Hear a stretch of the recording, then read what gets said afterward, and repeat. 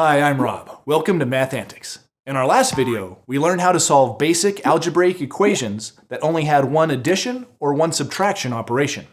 In this video, we'll focus on equations that have only one multiplication or one division operation. Now, before we see some examples, do you remember the key strategy for solving an equation with an unknown value in it? Yep. We have to use arithmetic to rearrange the equation so that the unknown is all by itself on one side of the equal sign. And the most important thing to keep in mind while rearranging equations is that whenever we do something to one side of an equation, we have to do the same thing to the other side, or else the other side might get jealous. Hey, how come he got a cookie and I didn't? Actually, it's to keep the equation in balance. Now remember from the last video, in equations where a number was being added to an unknown, we had to subtract that number from both sides. But when a number was being subtracted from the unknown, we had to add that number to both sides.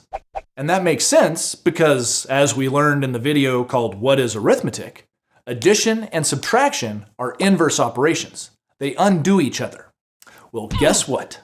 Multiplication and division are also inverse operations, so we can use them to undo each other too. If an unknown is being multiplied by a number, to undo that, we need to divide both sides by that number. But if an unknown is being divided by a number, to undo that, we need to multiply both sides by that number. Now don't worry if that sounds a little confusing right now. It'll make a lot more sense after you've seen a few examples. Let's start with this one.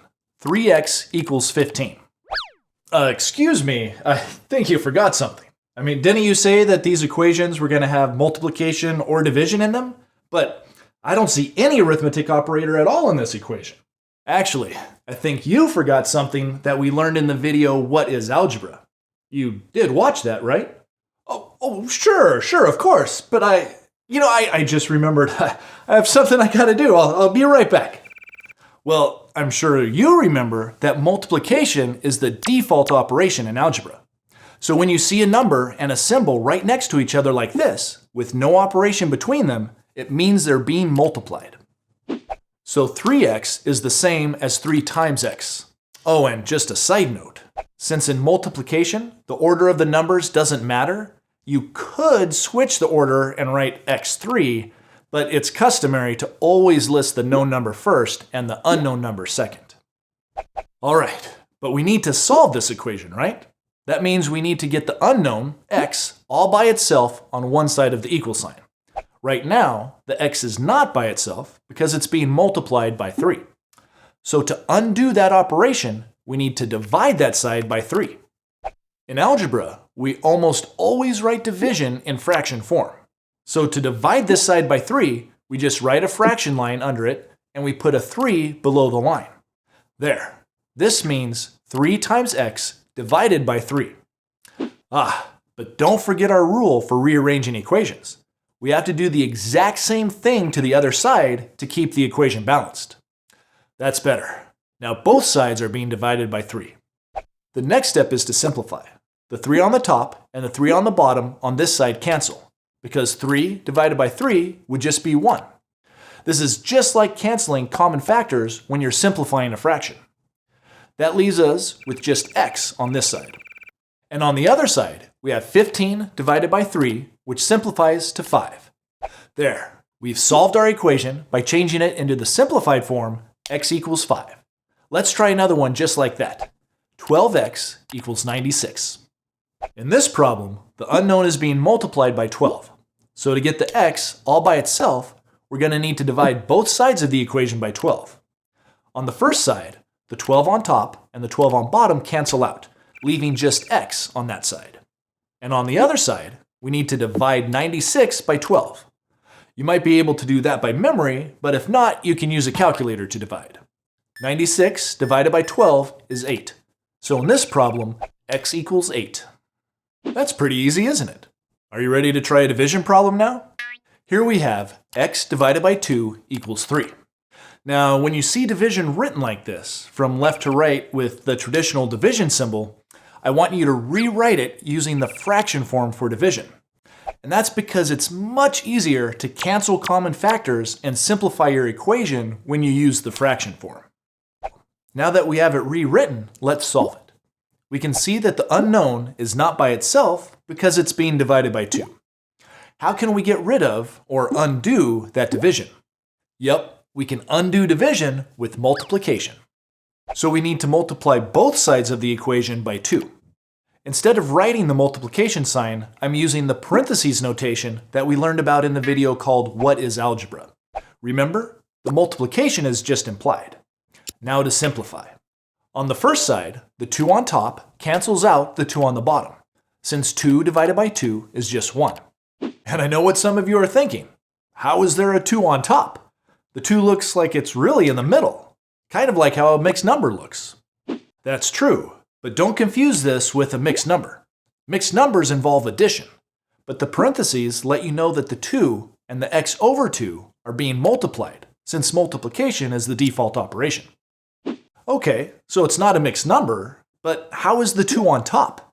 Well, do you remember how you can turn any number into a fraction just by making 1 the bottom number? That means that 2 is the same as 2 over 1. Now you can see that the 2 really is on top. It's just that we don't usually show the 1 on the bottom. Alright then, so the 2's cancel, leaving the x all by itself on this side. And on the other side, we have 3 times 2, which is just 6. So in this problem, x equals 6. That's not too hard either. Let's try another one. X over 10 equals 15. In this problem, since the x is being divided by 10, to get it by itself, we're going to need to multiply both sides of the equation by 10. On the first side, the 10's cancel, leaving x all by itself. And on the other side, we have 15 times 10, which is 150. So our answer is x equals 150. Great! That's how you solve simple equations where an unknown is being multiplied by a number or divided by a number. But just like with subtraction in the last video, with division, there's a tricky variation that I need to tell you about. What if you have an equation where a number is being divided by an unknown?